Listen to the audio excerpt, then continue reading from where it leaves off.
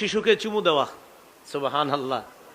সহিহ বুখারীর 5997 নম্বর হাদিস, আকরা ইবনে হাবিস রাদিয়াল্লাহু তাআলা আনহুর বর্ণনা, তিনি বলেন, ইন্নালি আশারাতাম মিনাল ওয়ালাদ মা ক্বাব্বালতু আহাদাম মিনহুম।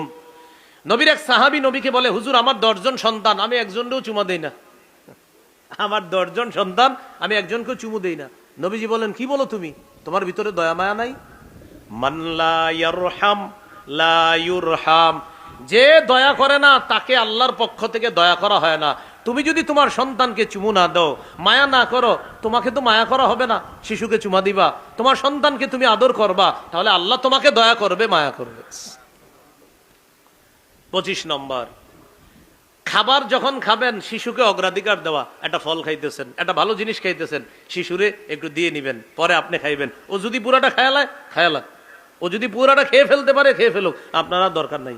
আর যদি না কিছু খায়া আপনারা দেয়, আলহামদুলিল্লাহ। হাদিসের মধ্যে আসছে, উতিয়া রাসূলুল্লাহ সাল্লাল্লাহু আলাইহি সাল্লাম বিবাকুরাতিল ফাতিহা, গাছের প্রথম ফলটা আল্লাহ রসুলের জন্য হাদিয়া আসতো। গাছের প্রথম ফল উতিয়া রসুল্লাহ নবীজিকে দেওয়া হতো বিবাকুরাতিল ফাতিহা। মনে রাখবেন, বাকুরাতুল ফাকিহা অর্থ হলো গাছের প্রথম ফল।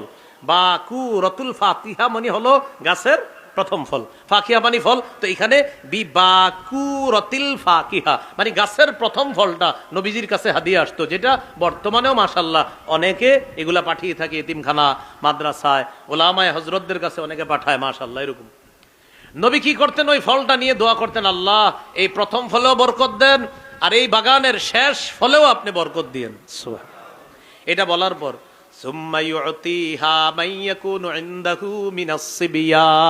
নবীজির পাশে যে শিশু থাকতো, ওই শিশুকে ফলটা দিয়ে দিতেন, নাও তুমি ফলটা খাও। সুবহানাল্লাহ। প্রথমে ফলটা নবীজি নিতেন, নিয়ে দোয়া করতেন, ফলের বাগানের জন্য দোয়া করতেন, এরপরে নবী তার পাশে থাকা শিশুকে দিয়ে দিতেন।